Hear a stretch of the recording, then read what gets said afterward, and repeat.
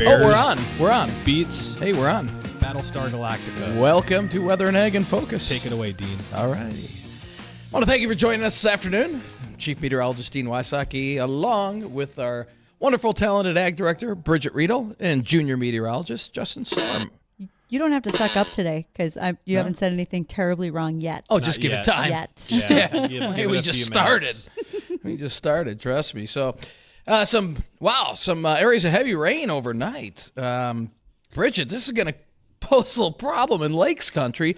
They received anywhere between 1 and 3 inches of rain. Well, one of our dedicated listeners, Parker, sent me a Snapchat over lunch. They had over close to a half inch north of Glendon. Okay, that's about right. Areas, the further north you went, the less you got. In fact, from Mayville northward, nothing. About 0.4 of an inch out at the airport, while we had almost 0.9 of an inch, double that here. And that's not that far away. These thunderstorms kind of trained over the same areas. Stone throw away. Yeah. So a reminder to those who have WDAY weather and ag rain gauges, please send us your weather or your rainfall totals. You can email them to us, ag@flagfamily.com, weather@flagfamily.com, or you can call us at 701-293-9000, which is the Red Wing Shoe hotline, to let us know what you got in your WDAY rain gauge. And we've got more rain on the way. And not today, though. Today's going to be a beautiful one. We got more rain. Are we going to get some tonight? Like, It's is nice this going to out. spark Maybe showers? a little bit, not a whole lot. Oh, my but, God, there's a bug out there. There's It is nice outside. You aren't lying, Dean. I know. It's almost a touch humid. It is. Not much, but a little It's bit. like the most humid day we've seen in, like 200 days. Yeah, about 185. Is that where we're at now? Since the last time we were above 70, there was that mark. Well, the last time we were at 80, I think, came in September. Ooh.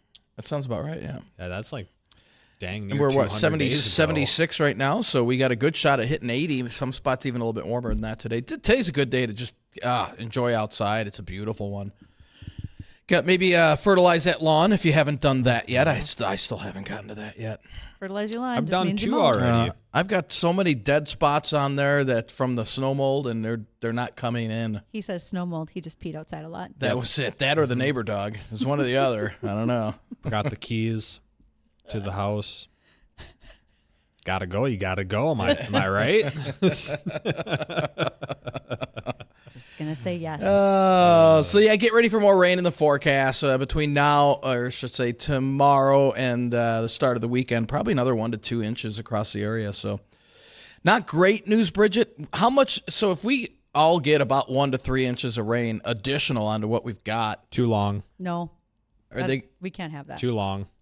are we gonna be able to get out in the field next No. week? Well, it depends on the piece of ground, right? Is it tiled? Are you able to get in there a little bit sooner? I'm not saying a lot, maybe a couple of days. Now, is it in the Fargo clay areas, or are you further out in some sandy loams? It's going to be variable. There will be people in the field. There were folks that were, as you go further west, that were spreading fertilizer this morning. People have continued to put seed in the ground wherever they can. Hey, shout out to Chad as well for sending in some photos of his big JD with the big old tracks on it, trekking through some mud, planting some seed. Yeah, he also had wheat and sugar beets that they planted last Thursday that were already sprouting. Awesome. North of Hillsborough. That's great. Yeah, so it's good to see what's going on, and really like the fact that folks are sending us that information. Also, don't forget that as we talk about our planting our own soybeans, follow along with us online on Here We Grow is our series on our website on YouTube. We also will post them on our Facebook Live. And those watching the live stream are getting a little preview right now of some of the video work we did yesterday out at the farm with the planter, with the tractor, getting a good eye of what's going to happen. I know we were all ready to go trek out there, and it started raining, and well, we couldn't get any further. We would have gotten stuck. Probably. Yes. So we just stayed in the parking lot, and we decided we'd wait for it to dry out. We'll get a chance to go out again. We'll be planting soon. I'm excited. Yep. So again, follow Well, I along know on our videos. Jim was hoping next week He to was get hoping. out. I did He not talk might to not Jim be this now. morning as to how much rain he got. Yeah. Might not be now. Might not be now. We'll see. That means we're SOL. Now, lots of farmers are asking about what's going to happen for preventive plant acres, right? Are there acres we can't plant? What are we going to do with questions of crop insurance and so forth? Some of those we'll be able to answer as our season rolls on. Even last year we were concerned about preventive plant, and we still got a lot of crop in the ground. And tomorrow, Bethany Rents, who is with Irie Insurance, they're one of our Here We Grow sponsors. She is going to be able to talk with us just a little bit about some of those things, especially with planting dates and deadlines that are coming up for crop insurance and what those really mean. Have we decided, are we putting insurance on our crop? I don't know if we've had that conversation yet. I'm pretty sure there's going to be some insurance on there. Because did you all see the pictures of the heavy hail west of Bismarck yesterday where they had to bring a snowplow out to clean off the road? I did see that. What if we get hail, right? We've got to be prepared for all these Hey, if it potential comes events. at the right time, though, it could be good for us. If you're saying if we're insured? Well, maybe. Insurance isn't a profitable thing. It's like your house burns down. Well, you don't really make money. Well, I mean, you get a brand new house if your house burns down, but your replacement cost sounds good unless you built your house 10 years ago and now all of your other costs are elevated. I mean, crop insurance hopefully gets you kind of whole, but it's not a moneymaker. The route I was going with it would be additional branching of the soybean. Because you're still trying to get to your 65 I bushels. need my 65 bushels. Okay, well, we're going to see what we're going to be able to do there. At least 60. I'm hoping for that. I asked the Magic 8 Ball. It said yes. It said yes to 60. That's our authority right there. There we go. That's how we put our forecast together each and every day for you. Well, it's more important to follow some of the authorities that we do use, and one of them would be Dakota Bank, which is one of our sponsors for Here We Grow, and they are a local bank involved in ag lending as well as insurance, and we are actually going to have a representative from their bank on with us next week, and we can talk about all the dollars that this farming game is a part of. Mm-hmm. Hey, why don't you touch on a little ag topic here? And this is beekeeping on solar sites. I'm imagining they're keeping bees next to the solar panels, or so this is a proposal from the Center for, I believe it's Rural Diversity, or Center for Rural Affairs. How to look at that name. And when you look at that, okay, solar panels. It's not exactly easy to get underneath them, right? You're going to have to elevate them up. It's not as though you're going to be getting tractors and so forth there. We did a story here probably about a month ago about different colors in solar panels that will allow different lighting through. So if you wanted to raise tomato plants, you would have an opportunity to use, I think it was a red filter more than the blue that would allow lighting through to get to the plants. But what if you have native species under native grass and some pollinator plants, and then you put your beehives there? What a great combination to keep your hives close to the solar panels. Now this morning, one of our morning hosts asked if that would block some of the sun on the panels. I don't think there's going to be that many bees to cover an entire panel. right? And they'd have to have a reason. Well, and they would be under it too. Right, they'd be under. Bees aren't just going to go lay on a solar panel and fry like tiny eggs. They want to go back and forth to the grass where it's cooler. Well, they're not going to sit on top of there and cook like eggs. Well, they Now don't. that's what I call a sticky situation. Well, bees don't need a tan. No, they don't. Okay, just thinking through what this might sound like. Oh, that's funny. Glad I can help. But that is a cool little concept. You have the hives under there, and you throw Sure. plants under there as well that they would be either pollinated. How many from. solar panels are out there though in our ag community? Is there? There's not that many, is there? There's probably not that many that a farmer is using like to run the farm or anything. I see more wind turbines. Yeah. I mean, we do see some solar panels from time to time, but I'm not sure that that's probably the most prevalent thing we see in our states up here. But certainly the wind turbines, quite a few more of those. I want to get some solar panels for our roof. Here at the studio? Well, my house. Oh. I don't know. get Something about bees? having a good handful of solar panels up there and one of those Tesla giga batteries in the basement. Whatever you got to do, but don't forget the Kinda bees. Cool. Yeah. Don't forget the bees, though. Right. It seems like a great We idea. support our beehives up in Grand Forks. Grand Forks County. Excellent. Yep, we do. Well, until Just- the fall when they migrate south like the snowbirds do, they get moved out of here. You know, though, on Tuesdays you've got to cover up those solar panels, right? On Tuesdays you have to. Okay. Just telling you. Oh, hang on. I have a message from our farmer, Jim. Yeah. Half inch of rain. Half inch Oh, rain. look at that. Okay. Jim's listening. Thank you, Jim. Who won or lost the bet on the time frame when the rain was going to come in, Dean? Dean definitely lost. Jim might have gotten that one correct. I think you might have. He said 19 minutes, and We'll there have it to came. We'll have to get. Does he have a WDAY hat?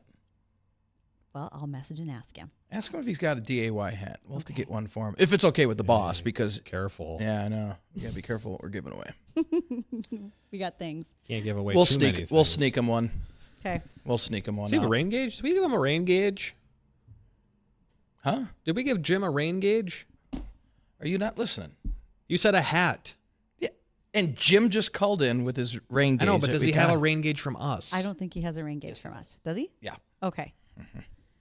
It Now was that we got it that was right out on the post as you were driving in. Sorry, I was staring at the tractor versus the rain gauge. Yeah. I was trying to answer your calls to make sure you got there. You good Lord. I wound up in the middle of a field. Oh, we Literally. should talk about that for a moment. We don't have enough time. That's because too bad. We've got to get, we have to get our guest all lined up. And joining us today will be Sarah Lovis. Sarah is a soil scientist. She has done a lot of work in the area as an agronomist, but also I know Justin had visited with her last time, and he has questions all about the use of potentially satellites and farming and what that could mean. So we have a lot of things to visit about there. We will do that. We'll be right back with Sarah Lovis, our guest today. Stay with us. The Jay Thomas Show.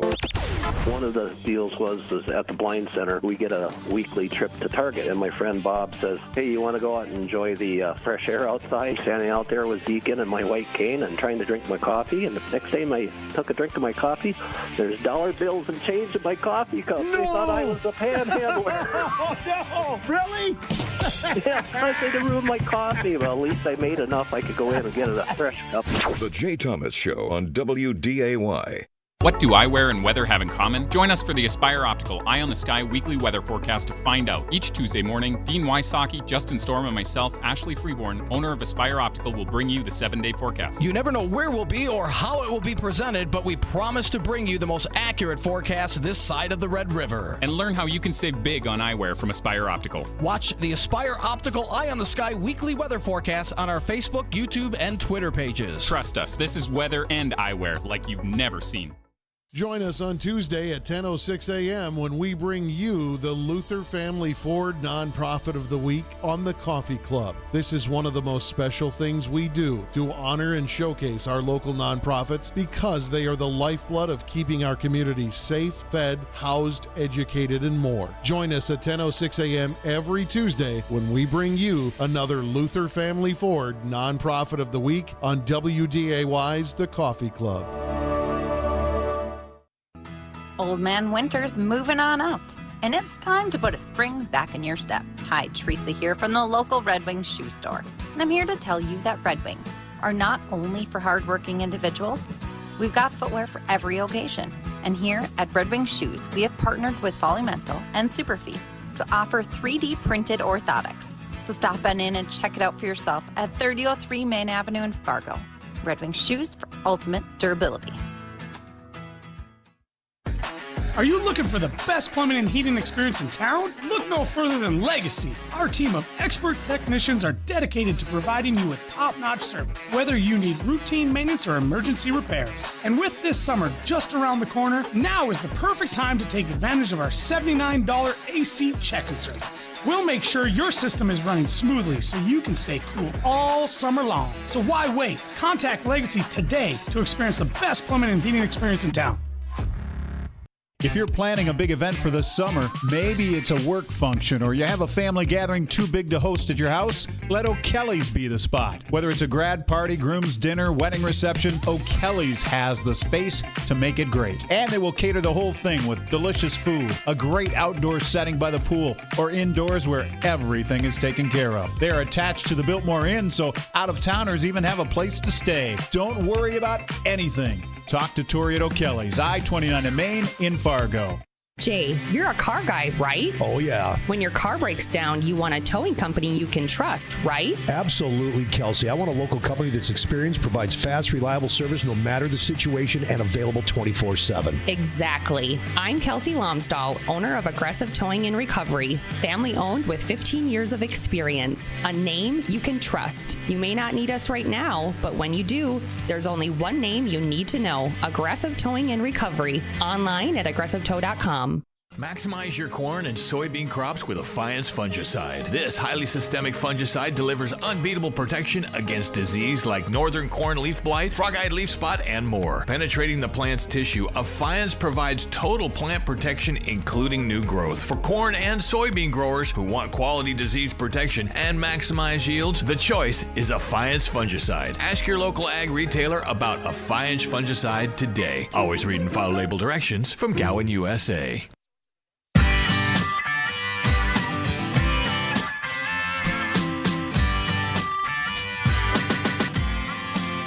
Welcome back to WDAY Weather and Ag in Focus. I'm Bridget Riedel, Ag Director, along with Justin Storm, Meteorologist Extraordinaire, Dean Wysocki, Chief Meteorologist, and a reminder to those of you, North Dakota Estate Services, where it is their job to take a very complicated process of transitioning your farm and making it simple for your family.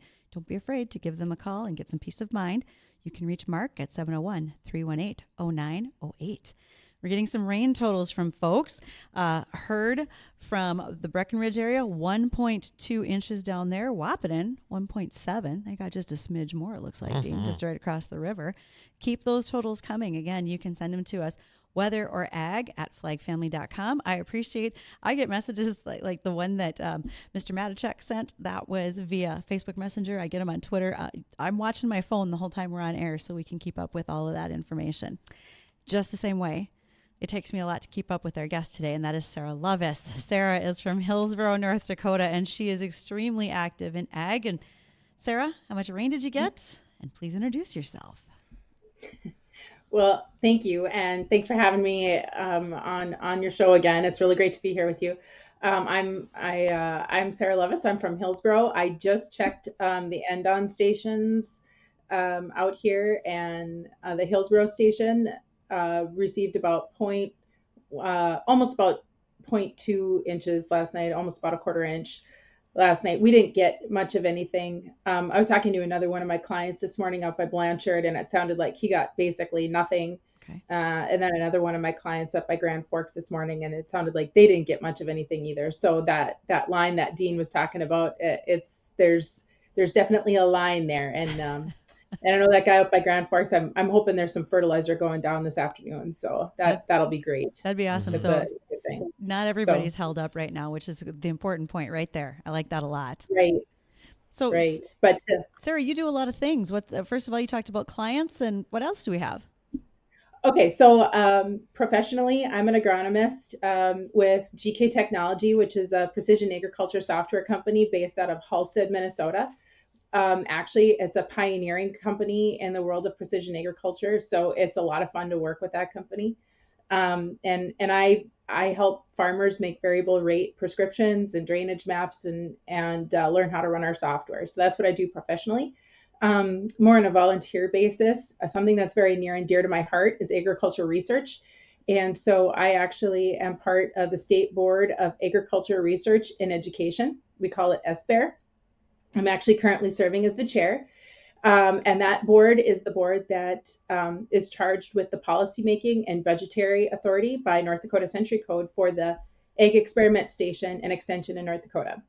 And coming out of the legislative session here, I'm really excited to announce that the governor signed House Bill 1020 just yesterday, which was the appropriation to support, among other things, the Egg Experiment Station and Extension in North Dakota. And it's a very nice bill. We had a lot of work from a lot of people on that bill, stakeholders, commodity groups and a lot of different stakeholders. Lots of legislators worked extremely hard, and we appreciate the governor's diligence looking carefully at our bill and signing it. And one of the greatest things that's going to come out of that is we are getting the main station at the main egg experiment station on NDSU's campus is going to get a new agronomy research building. We're calling it the Field Labs Egg Facility. So we're getting a new building to be conducting agriculture research out of it. And we're so excited. Because the previous building was actually in quite disrepair. Would that be fair to say? Yes. It's amazing. at least based on all of the buildings that I've seen go through there, by the time we get a new building, let's just say the state of North Dakota has done an excellent job at getting return on investment out of the previous buildings that they've had. But we're really excited. We have some extremely talented scientists.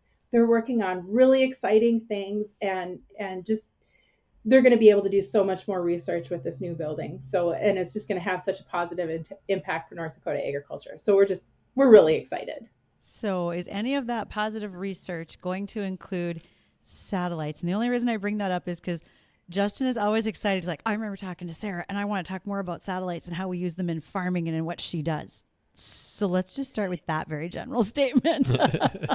Sure. So precision agriculture is part of, a very large part of research programs that are going on in the agriculture experiment station, and also education programs with extension. But and so they help people like myself learn how to use that technology, and as well as farmers and other stakeholders in the state of North Dakota. But what I do is I take satellite imagery and other data sources too, and I combine it all together to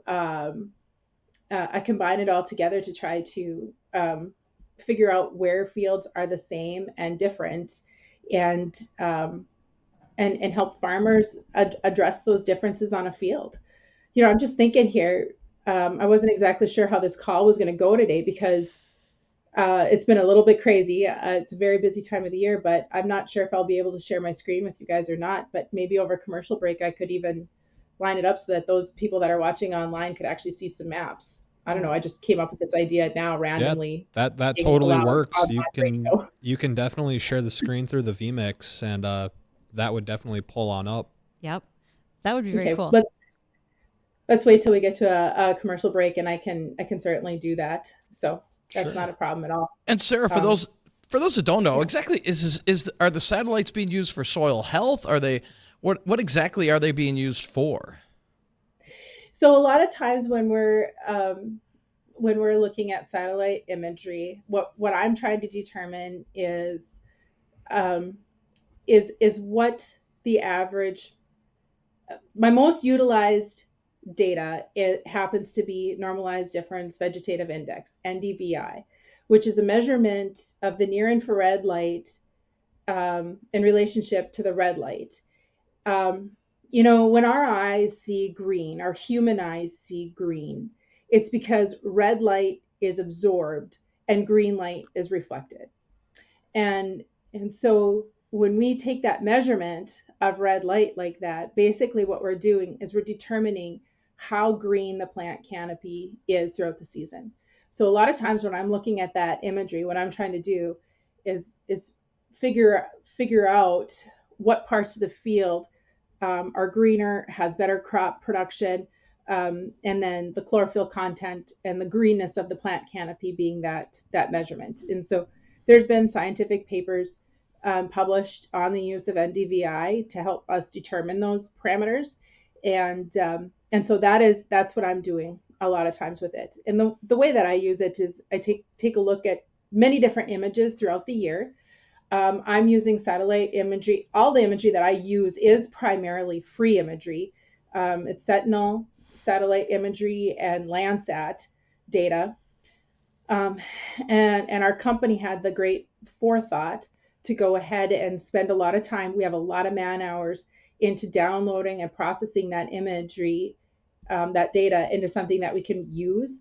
And we have a very robust library. So our Landsat library goes back to like 1984, and our Sentinel library goes back to when those satellites started flying in like 2016, 2017, something like that. Now, is this something that drones could possibly do? If not now, in the future, get even a closer look? Yeah, so that's a great question, and we get that question all the time. So we are certainly capable of bringing in drone imagery and using it, and I have even played with some of that imagery in the past. And yeah, drone imagery has a place in precision agriculture, and I think it's going to grow as we go forward. One of the challenges that we face with the work that I'm doing primarily with developing zones in a field is how detailed the imagery is. When I'm looking at a satellite image, it's 30 meter resolution, meaning 1 pixel on my screen represents 30 meters in a field. Sentinel image is 10 meter resolution data, meaning again, 1 pixel represents 10 meters on the ground. And that's important because when you're starting to deal with things like drone imagery, you get much more detailed. You're starting to talk about like inch or sub-inch accuracy, and you're picking up a lot of detail. Okay, so hang on just a sec, Sarah. We have to take a break. It's the bottom of the hour, but we got to continue to finish that when we come back so we can finish answering that question for Dean. But yeah, there's a lot of good things here. When people tell you you should always surround yourself with smart people, that's why I go places with Sarah. She blows me out of the water. So we will be right back with Weather and Ag in Focus, and Sarah Levis is our guest today. Victor deployed for the first time to Afghanistan in 2003. At 4 a.m, my phone rang. They said, "I regret to inform you that your husband was wounded in action." Victor sustained a moderate traumatic brain injury. I was doing school full-time, and I was also then caring for Victor. One of the most important elements of caregiving is taking care of yourself. I just didn't want to forget that I also had goals and that I also had a life. What I did is I challenged Victor to meet me halfway. There are almost 6 million military and veteran caregivers across the nation. We have our own journey, and we can fulfill that journey at the same time that we are helping our loved one. Visit aarp.org/caregiving for a free military veterans guide to navigate your caregiving journey and better care for your loved one and yourself. Brought to you by AARP and the Ad Council. Hi there, Steve Hallstrom here, inviting you to join me and a bunch of my friends from the station for the Fargo Marathon Family 5K Fun Run. The 5K is for everybody. Walk, jog, pull the kids in the wagon, whatever you want to do, it's all about getting outside. We'll line up in the Fargo Dome for the start and finish, and we'll get a t-shirt and a medal. It's all the fun of Marathon Week without all the work. Friday, May 19th, 6:30 p.m., a perfect way to say hello to summer. Get signed up at fargomarathon.com. Cass County Farm Bureau reminds farmers and ranchers before planters hit the field and begin your field work, make sure all equipment is in top operating condition. And be sure to put safety first. A safe planting season comes down to patience, preparation, and precautions. Cass County Farm Bureau is helping keep everyone in communities safe during the planting season and always supporting spring farm safety. On the air because they care. And wishing you a safe and productive season or your friends at the Cass County Farm Bureau. Have you Googled yourself lately? Are there negative posts from an ex-employee or from a former client? Maybe an outdated news article or sensitive personal information about your family? Search engines don't always get it right. For right or wrong, it's your reputation on the line. That's where Reputation Defender by Norton comes in. One of the most trusted names in online reputation repair, Reputation Defender has been fixing people's search results for over 15 years.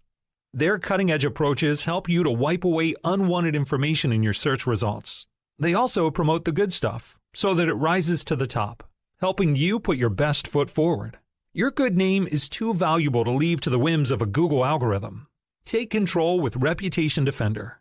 You can start by getting your free reputation report card at reputationdefender.com or call 800-401-6681 to speak to an expert.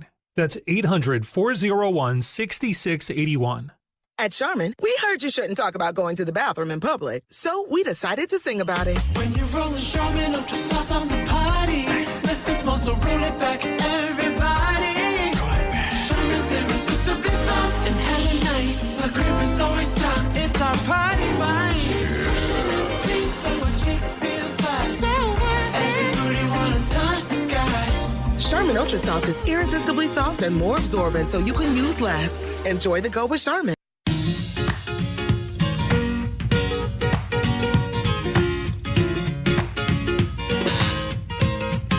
Welcome back to Weather and Ag in Focus. Thanks for rejoining us. It's 1:36 on this afternoon. Temperatures are in the mid to upper 70s right now here in the FM Metro.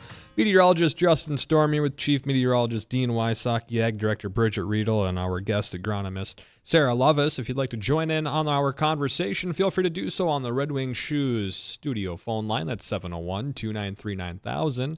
Before we went to break, we were talking about how Sarah is using satellite imagery to help write prescriptions on your field, being able to gauge the maturity and the health of your crop from space using infrared wavelengths that those satellites can pick up on. And you paid a lot more attention than I was expecting. I did a lot of studying with infrared and satellite imagery in college, and it's a little bit it's a little post Dean's time, though. I don't think you guys had too many satellites to work with when you were in college. I don't even think we had a satellite to work with when I was in college.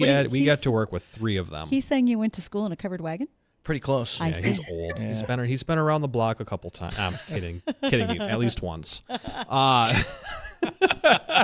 we were talking about the resolution of the satellite imagery, and Sarah was explaining that on the 2. I believe it was Sentinel, and I forget the other one. Satin? Landsat. Landsat. Landsat. Yeah. And you get 30 and 10 meter resolution, basically meaning that every pixel on your screen when you zoom into an image would be 30 meters or 10 meters. And if you wanted to pick back up on where you left off on that question, I think you were kind of touching into drone imagery, and I don't know if LiDARs are involved at all with that, but you were saying you can get much finer detail down to like an inch resolution. Yeah. And so the challenge that we have with the drone imagery per se, is when it comes in, it's so detailed that the imagery is so large, it really is kind of cumbersome to work with. And sometimes when we're trying to deal with application like we are, it's almost too detailed, which sounds kind of, counterintuitive. But, the booms on a fertilizer spreader are 60 feet wide. And so and you might be able to break them up into 3 sections if you're lucky. I know some planters that are 66 feet and they've got 3 sections on them if you wanted to do like a variable rate seeding prescription. And so having that sub-inch accuracy, it's not going to help us actually variable rate anymore, because we can't get down, we can't make our prescriptions get that small.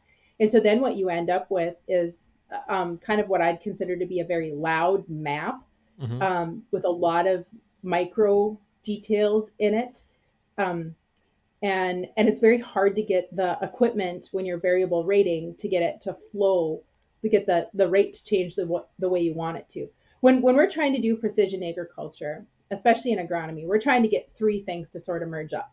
We are trying to we're trying to use computer technology.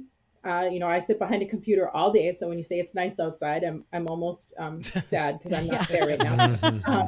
Because I sit and write prescriptions all day, and then we need to have it make agronomic sense. So you need to understand like how the crop grows and what the needs of the crop are, and then how the equipment works, so that once I develop a prescription based on the software capabilities I have and the agronomic knowledge that I have, it has to work in the equipment. And all 3 of those things have to come together. And so there's some give and take on all of that to make it work. And so that's what we're trying to do. And when we're using satellite imagery, we're trying to determine areas of the field that are different or similar from one another. So when I've worked with fields in the past, I've got one of the fields that I worked with, it was a section size field, a short section. So like 560 acres or something like that. But yeah, it was a whole field. And the middle of it had a ridge, a sandy ridge. And the outsides of it were Fargo clay. And then on the headlands, there was actually some areas that were pretty salty. So I actually had 7 zones for that field, and took a look at imagery, figured out what parts of the field acted similarly and different from one another based on that imagery, based on the NDVI, how green the plant canopy is, and then made those zones. And what I mean by zones, once I figure out where places in the field act similarly to each other, I treat them as their own field. they might not be next to each other. Like for instance, in the situation I'm talking about, the Fargo clay sides acted similarly to each other, and the middle was kind of different. So the outsides would have the same color, but I would treat those outsides as if they were one field. And I just write the prescription so that we drive over the field once with the piece of equipment, the fertilizer spreader, the planter, whatever it is.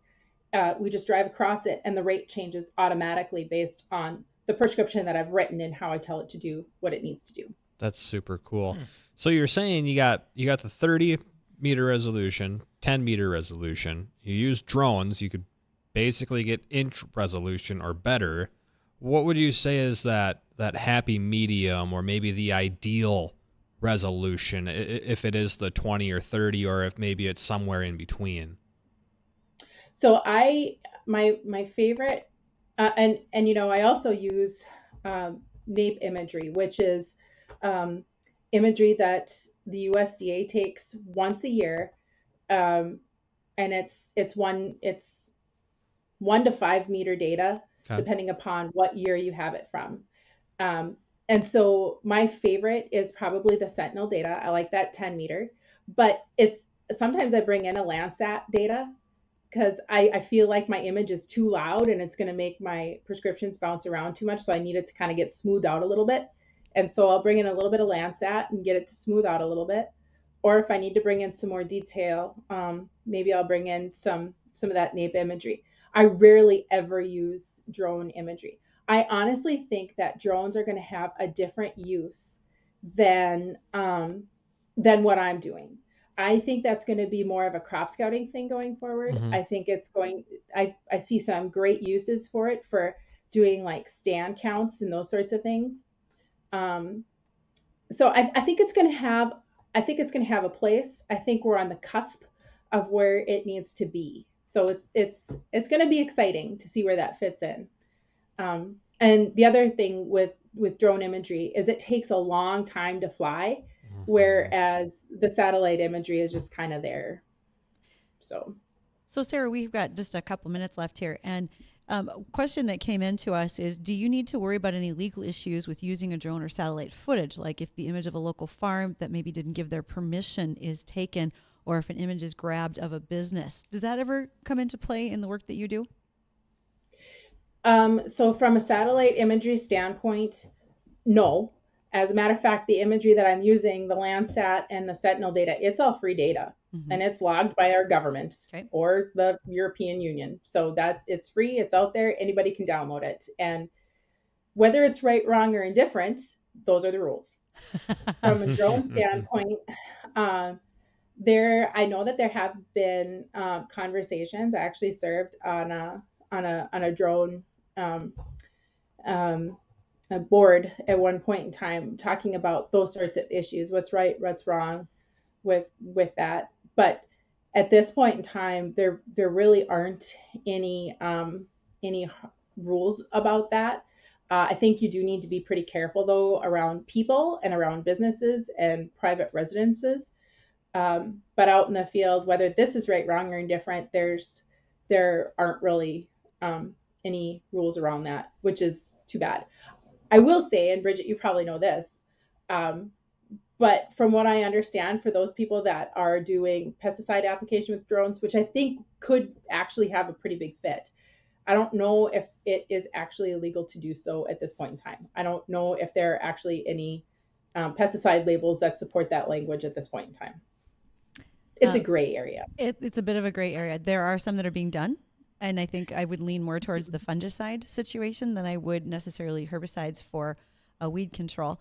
But yes, there is already some that is being done, and some of it can come down to your state, as well as reading your pesticide labels for each product that might be used. So that will matter. One last question, Sarah. This was a farmer had asked me this. When you think about, and I know we'll bump up into our break here. When you think about these saturated soils, in some cases we have, not everybody yet, right? We've got good subsoil our moisture is going into our subsoil very well. What would be a couple of things that you would anticipate would be a problem if we have some of these flooded soils? How much of a strain is that going to be on yield? Is that going to be like a governor holding the yield back in any way?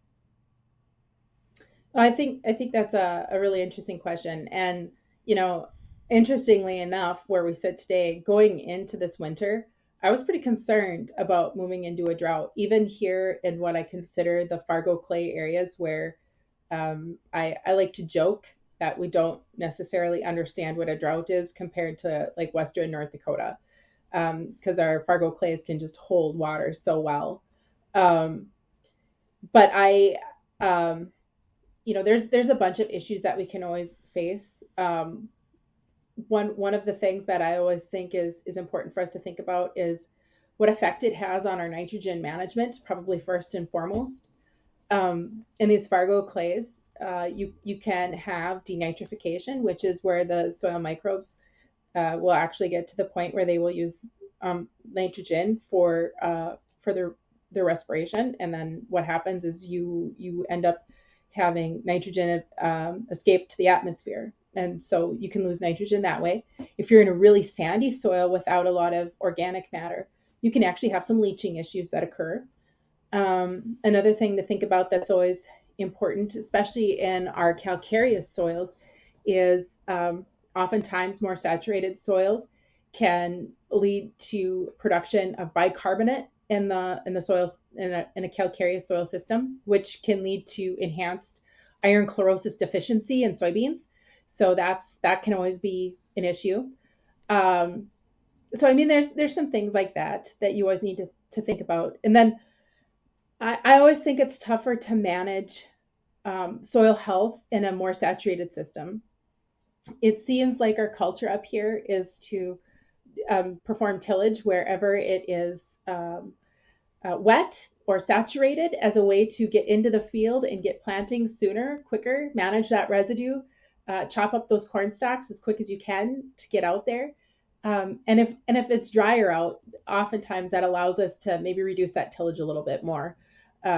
So there's all of those things to think about as well. Awesome. I got one last email question that rolled in here, and it was using the satellite imagery. Are you able to determine when the crops emerge out of the ground? And if you are able to do that with satellite imagery, does it line up appropriately with when farmers say they're planting their seed? That's a tough question to answer. And well, actually, maybe not quite as tough. I think the right answer is going to be it depends. And the reason I say that is because so often we put that seed in the ground, and it really is the weather afterwards that's going to determine how that crop emerges, germinates and emerges. I've seen corn seeds sit in the ground for, 2, maybe even 3 weeks. God forbid. That's a rough emergence situation there, but I've seen that happen before. So it really does depend on what the conditions are after you put the seed in the ground. So when you say line up, does it line up with where it should be? Does it line up with what we think it should be? And those are two different things. All right. So when it comes to satellite imagery, the imagery that I'm using, I will be able to see changes, and I do look at different images throughout the growing season in order to make my zones. And I'm not necessarily looking in season image by image as much as trying to determine what that field looked like from a greenness standpoint on average for an entire growing season. So I'm not really looking for that in what I'm doing. Drone imagery would be a better place to really look at that crop emergence. The satellites aren't going to pick up that detail that you're looking for. So that if you're really trying to determine that emergence and that stand out in the field, that's a place where you might want to use drone imagery. All right. Well, thank you, Sarah, for joining us. If there's someone listening and they want to get more information from you or maybe become a client of yours, how can they get more information, or a website or any social media platforms at all? I think the best way for people to get in contact with anybody from GK Technology is to go to our website. It really is our storefront, www.gktechinc.com. We are a small company, but there are people at that company that are way smarter than me that are working there. So if you're looking for somebody to to help you out with your precision agriculture needs, I highly encourage you to go there, go to the contact us page, and you'll be able to find any one of us. Awesome. Well, thank you again, Sarah, very much. It's always a pleasure chatting with you, and we'll have to get you in studio again whenever Bridget and Dean decide to play hooky next. Thank you so much for having me. It's always fun to come on the show with you guys. I enjoy listening to you so much. Oh, well, so thank you. Thank you very much. Well, we'll take a quick look at the ag market when we come back, a quick look at the forecast, and one more ag topic. Stay tuned. We'll be right back. Wesley is a truck driver. I drive a truck, and I love what I do. A truck driver with IRS troubles. They told me I owed them $43,000. It got really bad. Quite a few letters in the mail. They were talking about wage garnishment, coming after my house, my car. Yeah, they don't play around. I seriously thought that I was going to lose everything. One sleepless night, Wesley finally made a call to Optima Tax Relief at 2 a.m. Kind of figured I'd get a machine, but I didn't. I actually got to talk to an actual person in the middle of the night. He found just what he was looking for. Oh, they were great people. You need a team of people that know what they're doing. Optima Tax, they know what they're doing. Optima Tax Relief came through with flying colors. I saved an incredible amount of money. Happy don't even come close. I was absolutely overjoyed. Take Wesley's advice. If you're in any kind of trouble with the IRS, call Optima Tax Relief. Don't trust anybody else. Call Optima for a free consultation. Call 800-343-6460. 800-343-6460. 800-343-6460. Optima Tax Relief. Some restrictions apply. For complete details, please visit OptimaTaxRelief.com. I'm so excited to retreat to the lake this spring. I'm going to sit on the deck and relax with my favorite book. Relax? You got to be kidding me. There's way too much. Rake up the leaves, clean the beach, open the cabin. It never ends. Don't let it stress you out. Do what I do. Call Nancy and the staff at Labor Masters. Let them help. Nancy here from Labor Masters. This year, why don't you enjoy all your days at the lake and let us do the work? Labor Masters is locally owned and reasonably priced. Call us today at 701-566-8755 or check us out online at labormasters.net.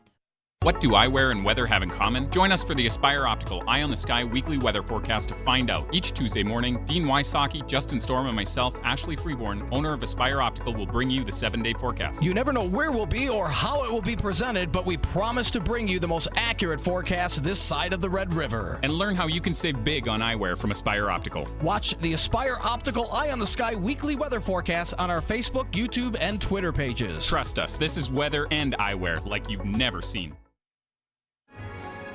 Grains trading mixed to higher on Wednesday. This is the American Ag Network. I'm Jesse Allen with this market update. We're talking now with Arlen Suderman of StoneX. Arlen, as we take a look at this market trade on Wednesday, I tell you what, this grain market really just plodding along here, it feels like, since the open. Corn, soybeans, especially old crop contracts, a little bit higher. Mixed activity in the wheat trade, but overall, these markets finding a little bit of support here today. What's your assessment of what you're seeing as far as the grains and oil seeds here on this Wednesday so far?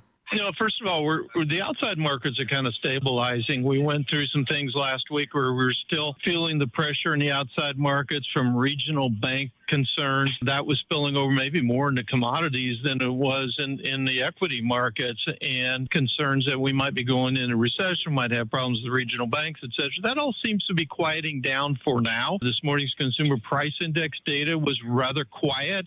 You can interpret it how you want. I see sticky inflation. Wall Street sees we're moving in the right direction, but that's allowed the ags to really kind of focus a little bit more on the fundamentals. And so we look at the grain and oil seeds. We see good support for Kansas City, Minneapolis wheat. Not robust today, but it's solid support underneath this market because of weather concerns for the hard red winter wheat in the plains drought area, for the spring wheat because of planting delays there, not being able to get the crop planted. As we go into Chicago wheat, a little bit more weak because we got a good crop there. We're probably going to be building supplies. Corn and soybeans started the day negative as well, but corn has moved positive, a little bit of strength. And we saw a lot of weakness in recent days. We're starting to see some end user buying come in, some speculative short covering there to say maybe we've taken it down as far as we can afford to take it now. That's Arlen Suderman of StoneX on the American Ag Network. I'm Jesse Allen.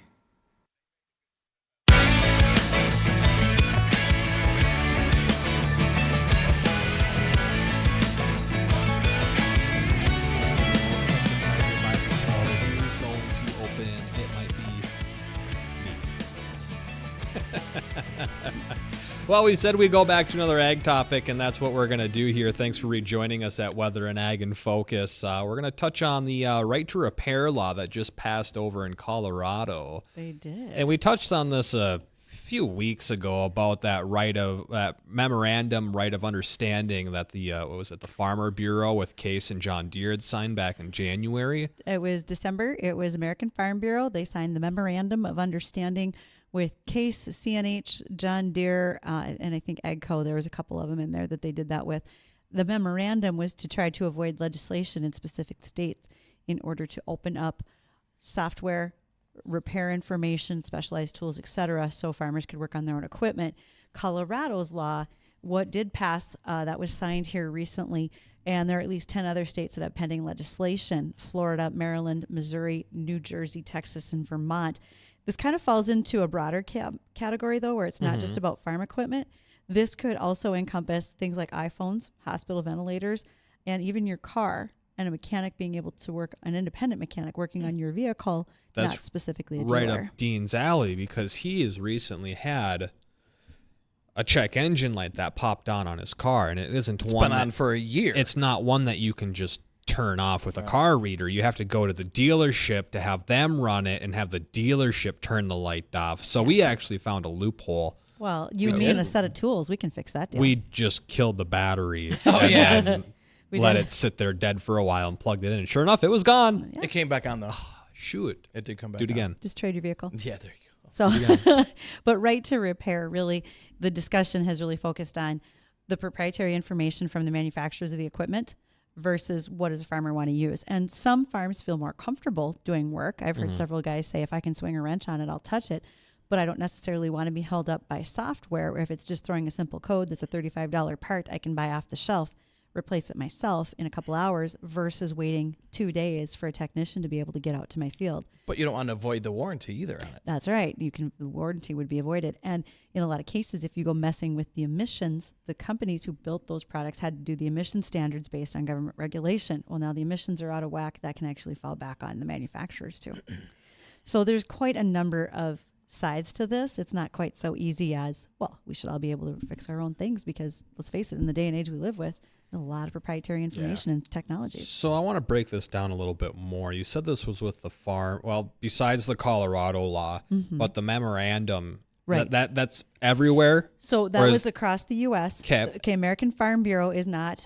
They are a body that represents farmers for lobbying, legislation, et cetera, but it's not like they have any sort of authority in a per state or federal basis. Okay, so if they sign this memorandum nationwide for the right to repair, is that basically the same thing, that everyone has the access to work on these now, or is it only something that goes through the Farm Bureau has that right to do it? I'm trying to figure out who can do this and who can't, because it's signed with Farm Bureau. So state legislation is going to be the one that's going to have teeth in it, where they can put fines and so forth, whereas what you do with Farm Bureau is just like a gentleman's agreement that, we're going to work more closely together. Does that make more sense? Okay, so they're working more closely. So can you go to a third-party workshop area and get your stuff worked on? Or? Some is becoming more and more available. Okay. That will depend on the manufacturer and what gets released. Because and maybe what exactly is wrong with it. Even though Colorado signed it into law, they're still going to take time over the next year to have to figure out what